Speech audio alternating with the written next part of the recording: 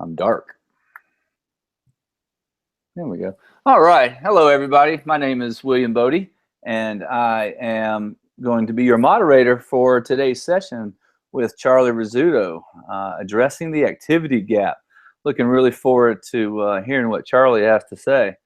I hope that you are following along on TAZL, which is on the Phys-Edagogy website, Phys-Ed Summit Conference Program. This is really interactive. We encourage all your questions. There'll be breaks in between as Charlie talks and allow you to ask your questions. Share. Great thing about TAZL is it's an opportunity to share with one another. So if you're doing something or you got an idea, man, just post it on there and share it with the group and just allow this to be an interactive tool for everybody. Again, this is our 5th Phys-Ed Summit, and it has grown to be such an awesome experience for everybody. So I hope you've already tuned in for a few of the other sessions. If not, they are archived on the Phys-Edagogy website. And as you can see, a lot of the presenters are wearing pink. And I didn't do this last time, so I apologize to my Phys-Edagogy folks, but we are wearing pink to represent and make aware breast cancer and just the millions of women that go through it.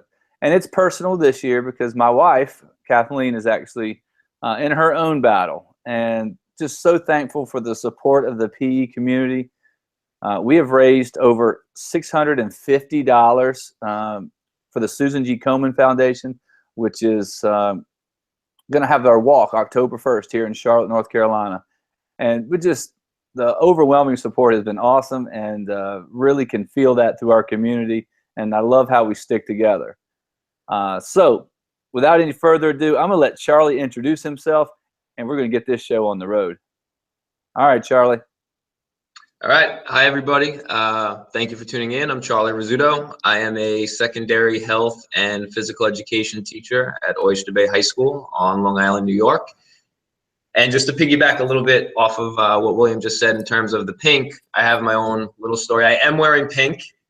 I'm not wearing the same pink shirt that William is. I ordered one while I was at the PE Institute, but I wasn't paying attention. So I accidentally ordered a youth medium. It doesn't fit, but I do have a pink shirt on. I tried to hang it up behind me, but the screen I think is too small, but it is there. So I have my shirt. It's too small for me and too big for my son. So we're gonna wait for him to grow up a little bit and then he'll rock it out. Awesome. But you know, as William shared, we're wearing it in support of him. Bodie Strong. There's also another educator that I'm friends with here in New York State who's going through the same thing. So I'm wearing it in out of respect for him and his wife and their fight right now also. All right, so let's get into it. Addressing the activity gap. Let me share my screen.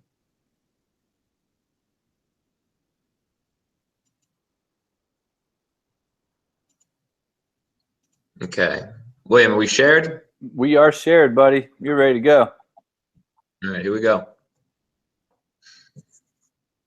Okay, so the activity gap is something that I started thinking about, I guess I would say a year ago. I posed this question to myself in terms of where my impact as a physical education teacher was being and should be most felt. And I kind of thought, should it be most felt in the gym and on the fields or in the streets and in the yards in terms of when the students leave my classes and when they go home? And nobody could really hold me responsible as a teacher for how active my students are when they leave my classroom. But I feel, and I felt at the time, it should be my self-imposed responsibility to make sure that my students are as active as they can possibly be when they leave my class.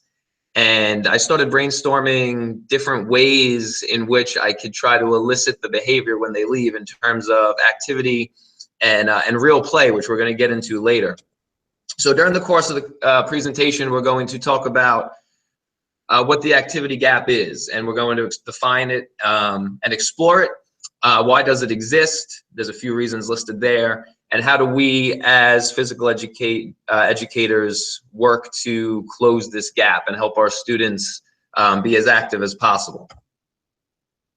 So first of all, what is the activity gap? Well, the activity gap is the difference between essentially the amount of activity minutes that our students accumulate in our classes when they're with us, counted by or subtracted from the amount of minutes that the Center for Disease Control says that they should accumulate over the course of an entire calendar year. And that's my definition, so I'm going to give myself credit for that and cite myself. It's kind of weird presenting over the computer. I did that joke once live and people laughed. I don't know if you're laughing or not, but we're going to move on. So the CDC says, as most of us know, 60 minutes of aerobic activity every day. Every day for all kids is what will help to elicit a healthy lifestyle. And we know that for us as physical educators, we are not there, obviously, for all 60 minutes, 365 days a year. But if you take 60 minutes of activity and you times it by 365, you get 21,900 minutes of activity during a calendar year. That's how many minutes our kids need to accumulate in terms of what the CDC says for them to be healthy. And the math makes it real for me. Actually looking at what the numbers are, looking at what they represent, looking at the amount of minutes that these kids need to accumulate, fuel my teaching.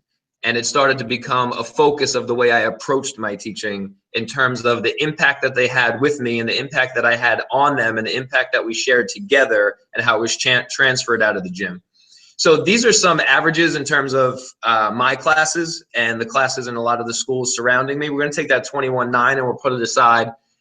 My classes are about 40 minutes long, and you could figure this out in where you teach and for your classes specifically. But we have 5 minutes on each end to change. So you take those 40 minutes, you take 10 minutes away, and we're left with 30-minute classes. So we have 30-minute classes, 90 school days. That's 27 minutes, possible active minutes that the students can get with us. So that brings me to the activity gap continuum. That's 19,200 minutes that these kids need to go out and get on their own. And again, if you just look at the purple compared to the yellow, there's a chasm of difference there. And again, it brought me back to that same question: where is my impact most felt? Am I doing what I need to do inside of the gym in my students where they're going to go and be active on their own time? And again, I need to make sure that I approach my teaching with the streets and the yards in mind, not just the gym and the fields where I teach. But even that 2,700 minutes that they get with us or they get with me in terms of the length of the periods where I teach is extremely generous, because as we all know, we lose minutes for a variety of reasons in PE, depending on how you hand out locks. I know a lot of teachers take time to hand out and collect locks. Picture day, bus safety, bus drills, assemblies, testing. There's a variety of reasons why that 2,700 that they get with us or they can have with us is actually a lot less. And we need to be mindful of that, again, when we plan our lessons and we think about how we're going to construct learning experiences for our students. So the first thing that we're going to talk about is, well, why does this gap exist? What are the reasons why we're kind of in this epidemic in terms of obesity and the shift in diabetes with the youth and kids staying at home and not being as active as they used to be? And we're going to get into a lot of that stuff later. But right now, let's talk about why it exists. And then later on in the presentation, we'll dissect each one of these things a little bit more and talk about how we can combat it as physical education teachers. So here's just some statistics about children in the United States that live in poverty. And poverty has a direct correlation for various reasons to activity time. We could look at our schools and financial concerns and constraints in our schools and cuts to programs and recess and physical education and all these other things. But one of the main reasons or the main impacts of poverty that I've seen in some of the schools that I've worked at before I became a full-time teacher at Oyster Bay is this element of kids living in certain situations that need to work. When I was working, the school that I worked at before where I am now, there were a lot of kids that had to go home when they left school and had to go to work because they were part of the survival system for their family. Their income counted. Their income was needed. They couldn't take part in after-school activities. They couldn't play sports. Some of our best soccer players in that particular district didn't play soccer because they had to work, they had to contribute to the family. And no matter what school district you work in, this element exists where you are. There's elements of financial concern, even if you teach in an affluent community. There's pockets of it. There's kids that live this life, and this is very real for them. We live in a society where kids are scared to go outside, or parents are scared to allow their kids to go play outside. And I mean, if you just turn on the news, you'll see a lot of the reasons why. Just last night where I was, I mean, the lead story was an Amber Alert. It had a happy ending. The focus of the story was, it was probably the quickest response to an Amber Alert that New York City police had ever had. I believe it was within an hour that the Amber Alert went out that they had the kid back, and the kidnapper, for lack of a better term, was in custody. But still, you turn on the news, and all this information, things that are going on in the world, scares people to allow their kids to go play. And times have changed, and it's a lot different than it used to be. Our kids are overscheduled and overorganized, which has an impact on the real definition of play, which we're going to get into in a little bit. But Coco Bear, I don't know Coco Bear. I've never met Coco Bear. I read an article once, and she posted this comment, or he posted this comment underneath the article, and it spoke volumes to me. An 8-year-old going to school, taking piano, swimming, quantum physics, and ninja training on the weekends is more than anything a future psychologist client. And there's a lot of literature out there that speaks to the fact that activity and real play, again, which we're going to talk about a little bit, has a direct impact on mental health, anxiety, and depression, and these rates that are increasing in our kids as the amount of activity that they have in their daily lives decreases at the same rate. So this comes from the Journal of Pediatrics, and I'm not going to read the whole definition. You could read it as I explain a little bit, but as you read through it, you could see that the word play pops up a few times, right? Play allows children. Play is important. It is through play that children at a very early age engage and interact with the world around them. I think the word play oftentimes gets substituted or paralleled with activity or participation. And look, we want to close that activity gap, right? We want our kids as active as they can possibly be when they're with us, and also when they're not with us, and we need to explore the impact that we have on both of those. But we also need to think about play.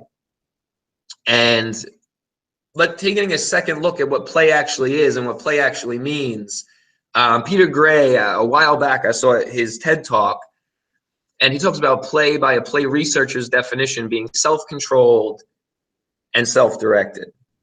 And there's a difference between playing and merely participating in activity. And if you think back to Coco Bear's quote about being overscheduled and overorganized, I feel like a lot of things right now are organized for our kids. When kids participate in activity, in my opinion, very rarely are they playing. And later on in the presentation, we're going to talk about how to elicit play, but they're on teams and they're going on play dates, and just about everywhere that they go to be active, there's a script for them. And we need to explore as physical education teachers how to teach our kids to play again, where they don't need to be overscheduled and overorganized in order to be active and close this gap. So just some studies on free play, the effects of play. Young mammals that play the most typically have and continue to develop the largest brains, and hunter and gatherer children play from dawn to dusk. Anthropologists report these children to be the happiest, most cooperative, most resilient children that they have ever observed in any culture. And I would argue that that second statement lends itself directly to physical education. Physical education has the stigma surrounded by the stigma that we're all very aware of, in terms of it being pseudo education and all these other things. And people look at it in terms of playing games and being active. And a lot of you watching this presentation are probably watching this presentation and all the other presentations during the Phys Ed Summit because you're not the traditional, stereotypical, I guess you would say, roll out the ball type of teacher. You're looking for more. The learning is important to you. But also this personal and social responsibility. And I'm a big advocate of the TPSR model in physical education by Don Hellison. And when you read that quote, it kind of lends itself a little bit to that. The life lessons that the students learn with us while they're with us, the lessons that they learn to be able to go handle life with us that they don't get from any other discipline. And that's vitally important to a physical education curriculum. And the transfer of all those lessons into the real world when they go and partake in activities on their own are obviously vitally important. And if you look at the grade level outcomes from Shape America, as a high school teacher, I obviously focus on those. This comes up a lot in those grade level outcomes. Obviously we focus on fitness and how our body responds to activity and different games and skills. But social and personal responsibility is all over the place in terms of the grade level outcomes. So this is something that really needs to be part of what we do on a daily basis. So play is nature's means of ensuring that young people acquire the skills that they need to acquire to develop successfully into adulthood. And that's another quote from Peter Gray. So technology. I don't know if this is an actual scientific term or not, but I've heard it come up from time to time. And this is something that we're battling. Nomophobia is a fear of being without your phone. And those of you that teach know that kids have a fear of missing a text message or a snap or whatever the case may be. And as connected educators, sometimes we may fall into that same category. So kids they have this need, I guess you would say, to just be connected and not miss anything, which is, on Twitter, when Pokemon Go came out, there was a really big conversation, about how helpful it could be and how it could be a good thing. And some people brought up some pitfalls possibly attributed to it, but it really did bring activity to the phone. And you could absolutely make the argument that it helped to close this activity gap in its own unique way. So this idea of I can't means I won't, to me, stems directly from a lot of experiences that occur in physical education class. And this is something that, again, we need to be aware of as physical education teachers. When I was a kid, before I knew what a growth mindset was, my dad used to say this to me all the time: I can't means I won't. And he really didn't know what a growth mindset was at the time either, but obviously. But too many kids lack the confidence necessary to simply join in. They don't, if there are kids playing outside, playing in a field, how many kids have the confidence to pass by that? Maybe they see somebody they know and just see if they could join in, see if they could play, see if they could be part of the activity.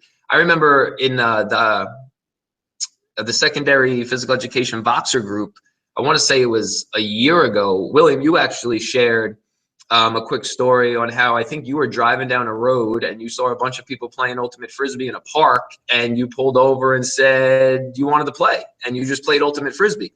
And that's something that we need our kids to be able to do, to pass by an activity and have the confidence to join in and not be afraid to fail and not be scared that they're going to be judged. And again, some of this can come from their experiences in physical education. As we move into things that we can do to close the activity gap, I wanted to pause for a quick second. This is the high school I teach in. It's a great place to work. I'm very, very lucky. Great superintendent, assistant superintendent, athletic director, principal. Our principal actually just left. We had a new principal. She seems terrific also. Very supportive of me and the crazy ideas that I have sometimes, and the things that I want to do with my students in PE. But I'm also pretty lucky in the fact that the majority of my students are pretty active. They live, for the most part, healthy lives. You walk through the cafeteria, you'll see a lot of them bring in salads and things like that from home to eat. They are in dance classes, and you'll see kids going through runs through the community in the afternoon. But at the same time, that could be a pitfall to teaching. And what I mean by that is when you teach in a community like I do, where the majority of the kids are active, let's just throw a number out there and say 90% of the kids are, for the most part, active. There's still 10% that aren't. And that 10% can't be forgotten. And that 10% has to be, again, in the forefront of your thinking when you plan your lessons on a daily basis. Because those kids need to have those experiences in PE that will elicit other responses outside of PE to help them to remain active. So what can we do? Let's start to look at some next step possibilities in terms of us as physical education teachers working and holding ourselves accountable to close this activity gap that exists. So let's start at the beginning. The environment that we allow to occur. So as teachers, we set the tone, right? So we set the tone in a variety of ways. We set the tone with our students in our classes, but even taking that a step further and recognizing how perceptive our students are, we set the tone with our colleagues. And The Skillful Leader is a book that I have not read the whole thing, but my principal actually gave it to me to borrow for a little while, and he had me read up on school communities. And this may be something that you're familiar with. It may not be something you're familiar with, but I do want to touch upon it quickly. So The Skillful Leader says that there are 5 school communities, and in my opinion, they're very important to be aware of. So from worst to best, I guess you would say, the first school community is toxic. And I'm not going to go through each slide because I do have a lot to get into, and we don't have all day. But as I kind of talk, if you could just read through the bullets and try to think of the department that you work in, maybe the school that you work in, but let's make that even a little bit smaller to focus on us as physical educators, and say the department that you work in. What type of community do you exist in every single day in terms of your coworkers? And if you work by yourself, if you're the only physical educator in your building, what kind of support do you have, and how are you supported, and in what ways are you supported? And then start to think about, how does this manifest itself in your classes? If you're a new physical education teacher, or if you're a physical education teacher that approaches in this new PE mindset where learning is important, it's about a lot more than activity, you may be faced with some resistance in your department. And you got to think about how those messages and how those interactions with your colleagues carry over sometimes into the gym. Because we talk about these communities that we live in our school in terms of teachers, and we live in terms of our departments, but it's a lot more than that. We also create these communities. There's a dual impact. And we have to be agents of change. If you are part of a staff that isn't existing in a healthy community, you have to be an agent of change, because that body language and those interactions between your colleagues, the kids pick up on, and that becomes part of their experiences in physical education, and it serves as a link to the greater impact that they have or they experience in your classes, which can have an impact on their activity time outside of the gym. In addition to that, these types of communities also exist within our classes. The students' interactions with each other, the students' interactions with you, and your interactions with the students. So one of the things that I'm going to say is go right away in terms of setting your expectations for the type of learning environment and the type of class community that we're going to have inside of the gym. And one of the things that I like to do is some sort of first day activity that lets the students, makes the students aware of the type of community that we're trying to have inside our gym, but also provides opportunities for them to provide some feedback and have some input on the type of community that they wish to exist in the time that they're with you inside of the gym. When I was down at the PE Institute, Joe Bailey did an activity where referees inside of games were scoring the game, not based on how many points were actually scored, but how many positive comments were made. And I do a similar activity and on the first day of school from year to year, and I'm going to try it again this year in some of my classes. And essentially what I do is the kids come up day one and they get in an activity that they're familiar with, that they've played before. And there's one ref from every team, and I give each ref a scorecard, much to the way Joe did it. And on that scorecard, there's helpfulness, positivity, and negativity. And I call all the officials over before the games get going, as the kids are going to their spots and their areas. And I explain to them that as the game's going on, the students are going to be playing and they're going to be keeping score, but you're going to be keeping score in terms of who's helpful, who's supportive, who's positive, and who's negative. And you're going to put a tally mark every single time you hear comments that fall into one of those three categories. And then after a period of time, we're going to change officials. So now you have one person going into the activity that understands how the game is being scored as the game is being played. And then we're going to change officials again. And now you have a second person going into the game that understands how the game is actually being scored, and it's being scored in terms of a classroom environment that we want to create. And over time, you'll see that it starts to snowball. And even the students that haven't been out as officials yet, that don't really know how the game is being scored, have picked up on the fact that everybody's being positive and everybody's being helpful, and it kind of just takes on a course of its own. And then at the end, during your closure, you discuss, well, what type of class environment do we want to have here? And you try to create that positive community where students are supportive of each other, supportive of the learning that's going to occur, and supportive of the class in general.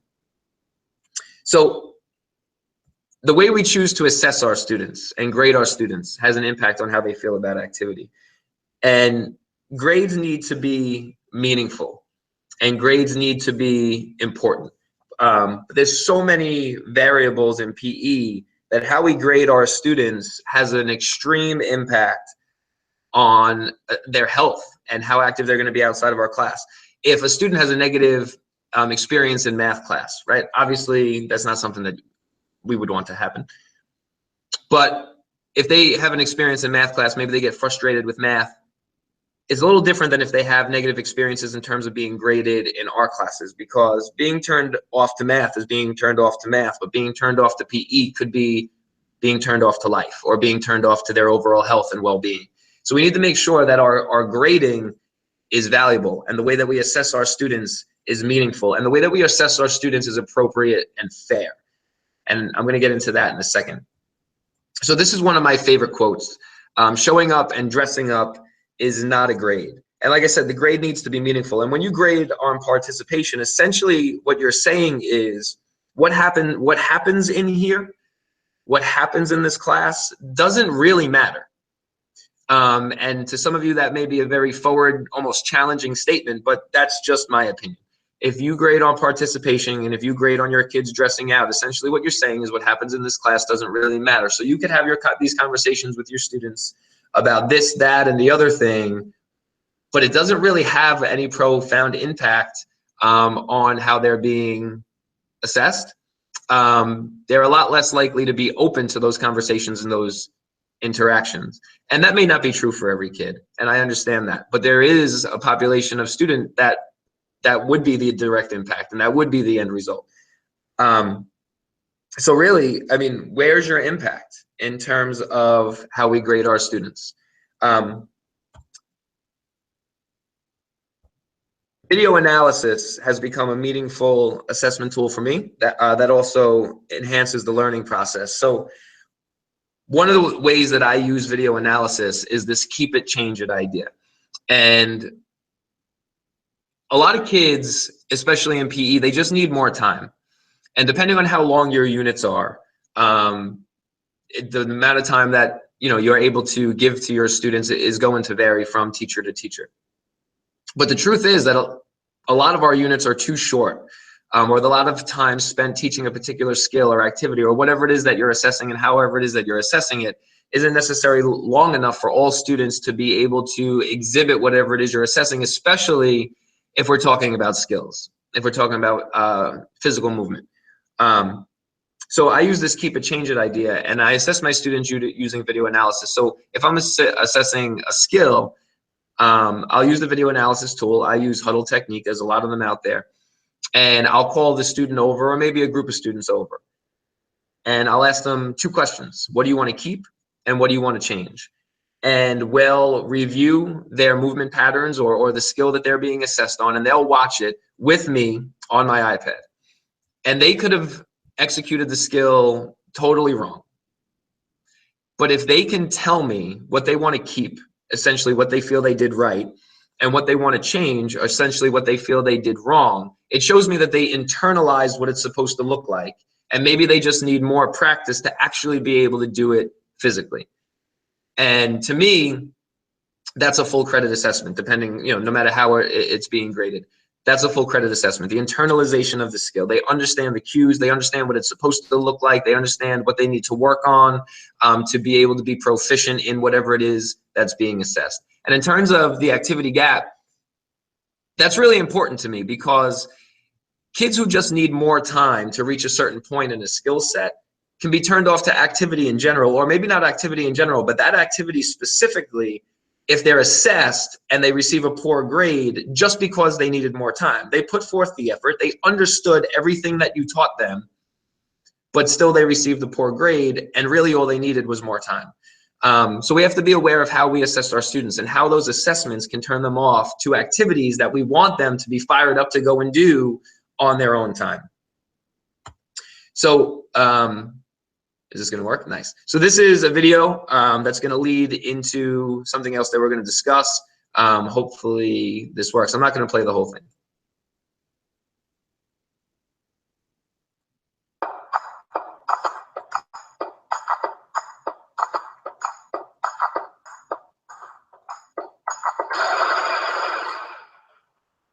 Whoa, that's not good. Oh, I don't need this. I'm already late. Somebody will come. Anybody out there? Do you have a phone? No. Sorry. Somebody! Hello! There are two people stuck on an escalator and we need help. Now, would somebody please do something?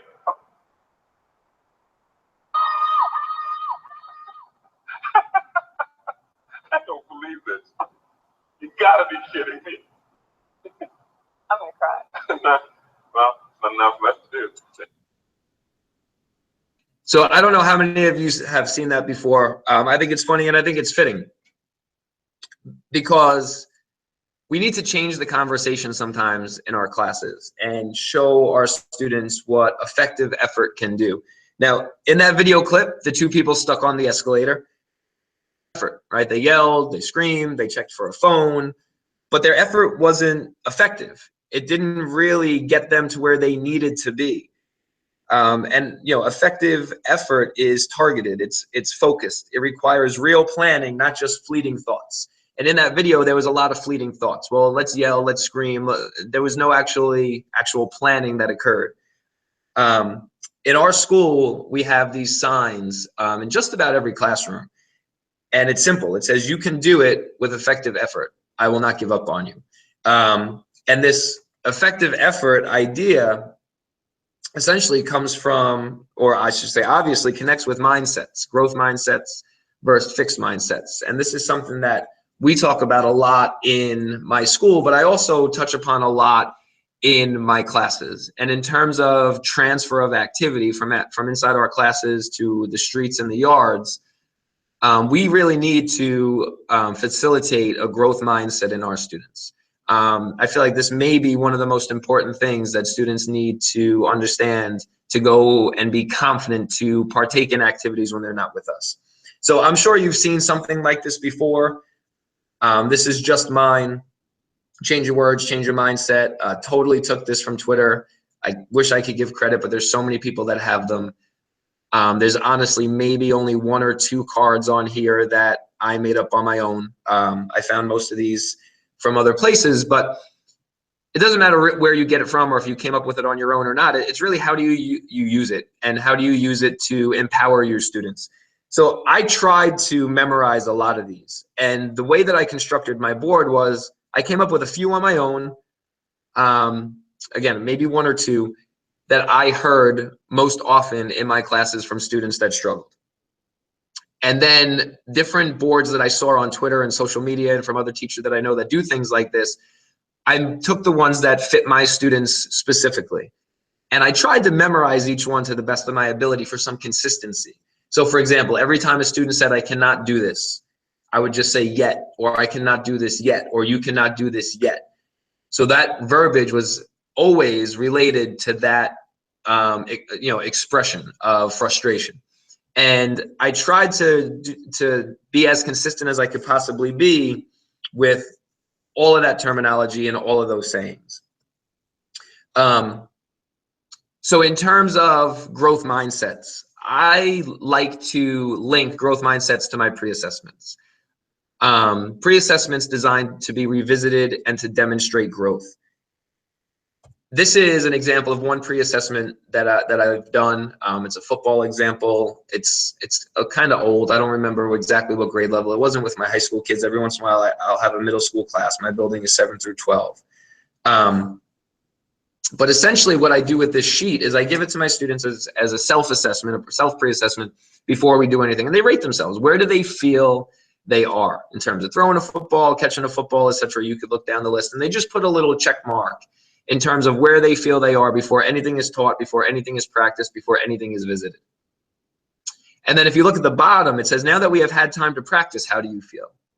And then one skill or concept you have improved upon, and they try to list one. How would you describe your proficiency in this skill when it was first introduced? And they kind of describe, you know, the first opportunity that they had to practice it. How do they feel? How do you feel you've improved in your ability to either execute the skill, or if more practice is needed, better understand how to execute the skill, which goes back to that practice time and internalizing concepts rather than executing skills idea. From what I've seen using sheets like this one, is it's almost impossible for a student to not see growth. And if you don't provide them opportunities to actually see the growth in this way or many other ways, this whole mindset idea could be lost. So it's really important to make sure that students are able to see where they've improved. And when they can see where they've improved, they're more likely to put forth effective effort to go and improve again in the future. Hey, Charlie. So, yeah. You have this sheet up and some people are screenshotting, and I told them it'll all be on the Tazzo link after your presentation. But Yeah. Some people may recognize this as a form of solo taxonomy, which Joe Bailey uses a lot, and you know our secondary chat has talked a lot about in allowing the kids to self-assess where they are in a certain unit or skill. So those of you that are interested, solo taxonomy has some really cool stuff. Looks just like this. Yeah, and solo taxonomy is actually one of my big projects. Projects probably isn't a good word, but for this year. I've dabbled a little bit in solo before. I got the 2 books that you and Joe actually recommended to me. I started reading them a little bit over the summer. And solo taxonomy is something I'm going to jump into this school year. But yeah, this definitely does parallel the ideas of solo taxonomy. I mean, I've never really used it before, but I would say almost perfectly.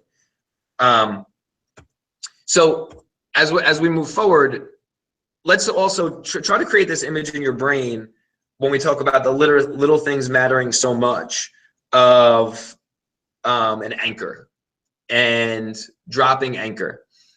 Boats need, the people on those boats need anchors to work, right? But those anchors don't work if there isn't a chain that connects that anchor to the boat. And to me, that image kind of embodies the little things and how much they matter, right? That anchor is vitally important. But if it doesn't have each of those chain links, the anchor doesn't matter. So what the little things are to you may be different than what the little things are to me, but those little things matter to your students. And we could talk about the little things in terms of just building strong relationships, understanding what your students do outside of the school setting. One of my favorite things to do in health and PE is one of the first days of class. I hand my students a blank sheet and it says fall, winter, spring. And they just write down anything that they do involved with the school that I can go and support them, whether they're in a play or they're in the band and they're going to be in a concert or they play soccer or they wrestle or whatever it is. And then I try to keep those sheets. And then every time I go and I'm at a concert that some of my students are in, I just make sure I put a little check mark so I know that I was able to go and support that student outside of my class. So the little things matter, and the little things are those little links that help us drop anchor and help us become settled and help our students stay with us in terms of the messages that we're trying to relate to them. But in addition to that, parents buying into the importance of PE is one of those little things. It's one of those little links. If you have your parents buy in, well, not your parents, but your students' parents buy into the messages that you're relaying in your classes, they'll be reinforced at home. Or I don't know if any of you have ever experienced parents that think PE should just be a place where kids can let off steam. Well, you got to really work to get that parent buy-in, because if PE isn't valued by the parents, the kid goes home, that's not going to be, well, that negative experience or that negative mindset or that negative outlook is going to be reinforced, and it's going to manifest itself in the student during your class time. So one of the things that I like to do to reach out to my parents in a subtle but meaningful and profound way is, and I know other teachers that do this also, this is just an example of mine, are you should be proud cards. And I thought that was clever. It's like, you should be proud. But I teach it always should obey. You should be proud. Whatever. I thought it was good. So when I catch a student doing something extra nice, extra supportive, extra helpful, extra whatever, just something that isn't expected. It's not one of the daily expectations of my class. I obviously talk to the student about it, but I grab one of these cards, and these are just postcards, and that's what the front of it looks like. The flip side is blank, and I'll just write a little note to the parent, and I'll mail it home. And I need to do a better job of this year. Last year, this idea kind of fell by the wayside a little bit, and I didn't do it as much as I should have. But that's really impactful, right? The parents get that. It's from the PE teacher highlighting something that their child did. It goes on the refrigerator. Another thing that I have that parallels this is on my website. I have a high hurdlers page, and the high hurdlers page are for students that go above and beyond expectation. Like you were jumping over a high hurdle, you have to go above it and beyond it. And I'll put a picture of that student on the website with a little description of what it was that they did. Last year, I think I saw a 7th grader found a pair of keys in the parking lot. I was the first adult that they saw, so they gave them to me. That went on my website. You know, a card went home, and it's just reinforced. And that's one of those links that connects to the anchor that keeps, you know, the ship and everybody where it's supposed to be in terms of supportive PE. And again, if we're trying to bring these messages to our students, and the messages that we're going to try to bring to them elicits activity time outside of our class, then we need to make sure that those messages and PE in general is supported at home. And I feel like this is a really good way to do that. So let's talk about feedback a little bit. So obviously we know feedback can be verbal, it can be nonverbal, but it can never be discouraging. And you really need to know your students in terms of the feedback that you give them. And there have been debates and conversations regarding different types of feedback, and is it meaningful, is it valid, is it this, is it that, sarcasm. You know, some people say you should never be sarcastic. Some teachers argue that, you know, if I know this student really well and I know that they internalize sarcasm appropriately, you could be funny and sarcastic with that student in that way, and that's all fine and that's all good. But we have to pay a lot of attention to the types of feedback and the ways that we give feedback to our students. And I'm not going to go too deep into this because there are a lot of other things that I want to get to, but what I do want to say, and this is one of my favorite quotes, or one of my favorite things to say, is if we're going to ask our students, they need to see us working hard. So our feedback, we want effective. Our feedback needs to, and it has to be more than just good job, or that was great, or nice shot, or good work, right? Those comments may put a smile on a kid's face for 2 or 3 seconds, but they don't really mean anything. You could put that smile on a kid's face with a comment that's more specific to what they actually did that you were so proud of, or that was so good.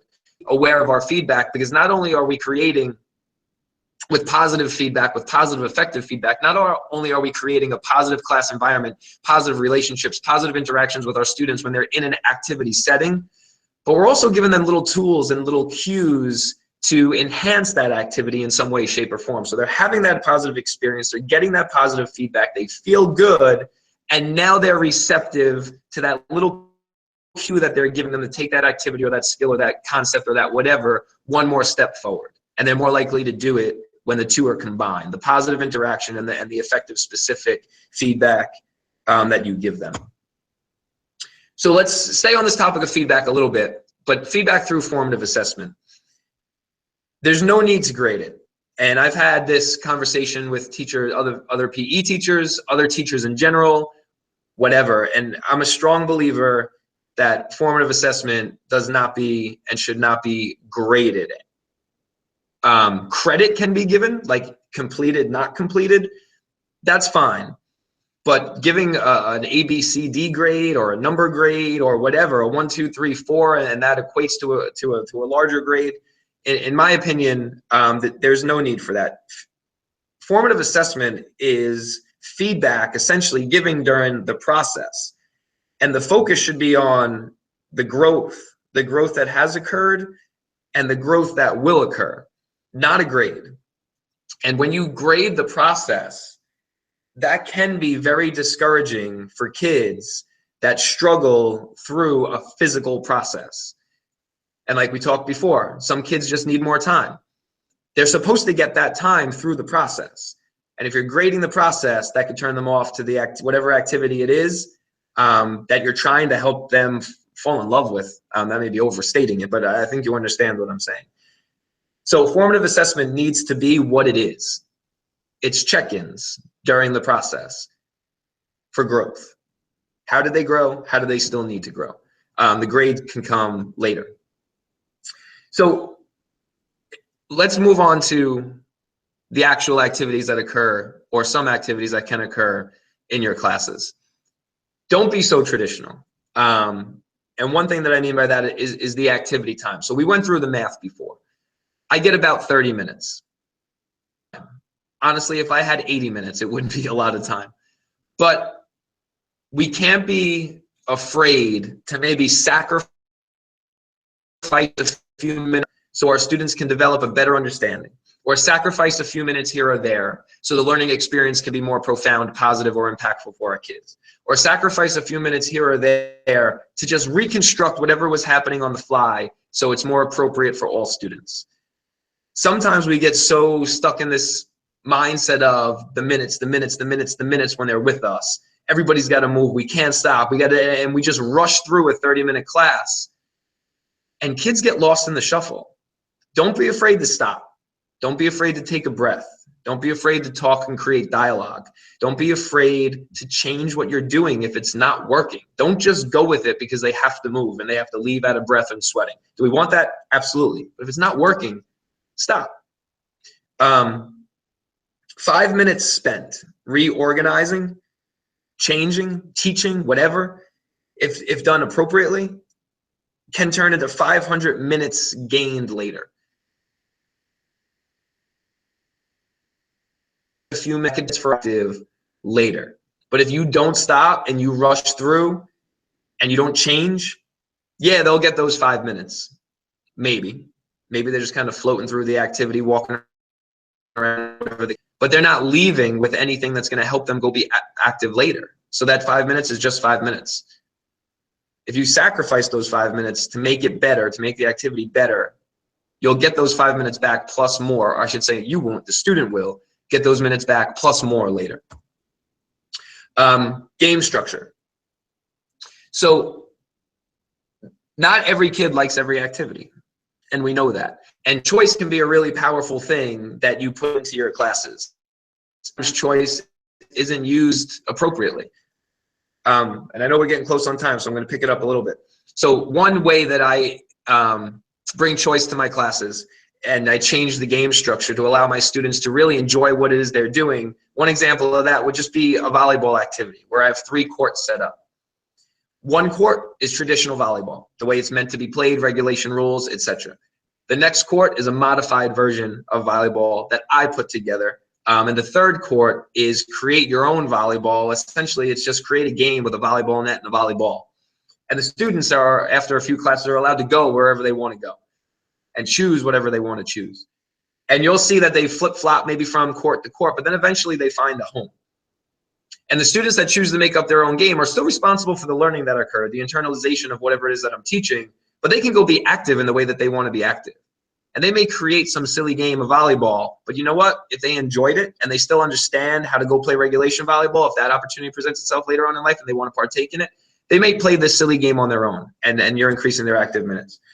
Game days. If you still do traditional units, game days break up the monotony, right? You're in a whatever unit you're in. Halfway through, just switch it up, play a different game that day, and kind of re-energize. And then leveling the playing field. World Games is a really great way to do that. No one's a varsity Quidditch player, or I was down at the PE Institute. I learned from Sarah G.H. and Seth Martin how to play Kyo-Rahi. I'm playing it this year. Nobody's a varsity or professional Kyo-Rahi player. You level the playing field. And the game, the activity is not dominated by the basketball player that's in your class. Everybody feels more valued. Everybody's on a playing field. The experiences are positive, and you're introducing them to a new game that they may really enjoy, and then they're more likely to go and do on their own. So create a game units are great. I use this with my lower levels. I don't do it so much in high school, but I know some teachers that do. And you could link that with little assignments or a blog post that the students might do where they explore their own town and how towns and streets and communities used to be and what they used to look like, with kids outside playing all the time, and compare it to what their town and community is like now. And how would they like it to look? Which community would they like to live in? But allowing students to create their own games goes back to that element of play versus activity, or play versus participation. They're not just being active. They're not just participating in an activity, but they're really playing. They're using their brain. They're making things up on their own, which helps to elicit all those other positive responses. First day of school a couple of years ago, I had a student come up to me and say, "Hey, Mr. Rizzuto, remember that silly game we made up in your class?" And I did, and I said, "Yeah." And she said, "We played it all summer." Closing the gap, closing the activity gap right there with that comment. This is, I'm not going to play it, but this is a video. It's the trailer for a movie. Watch the trailer. You could use it in your class. Maybe you could flip it. Street games, a thing of the past. It just goes to what streets used to look like years ago compared to what they look like now. Almost done, just a few more slides.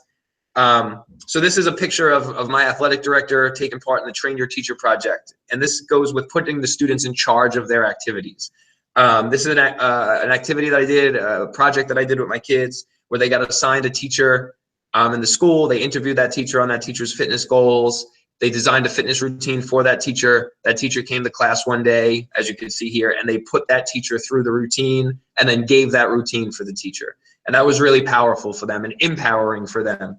And activities like that and projects like that help to close the activity gap when you give your students that power.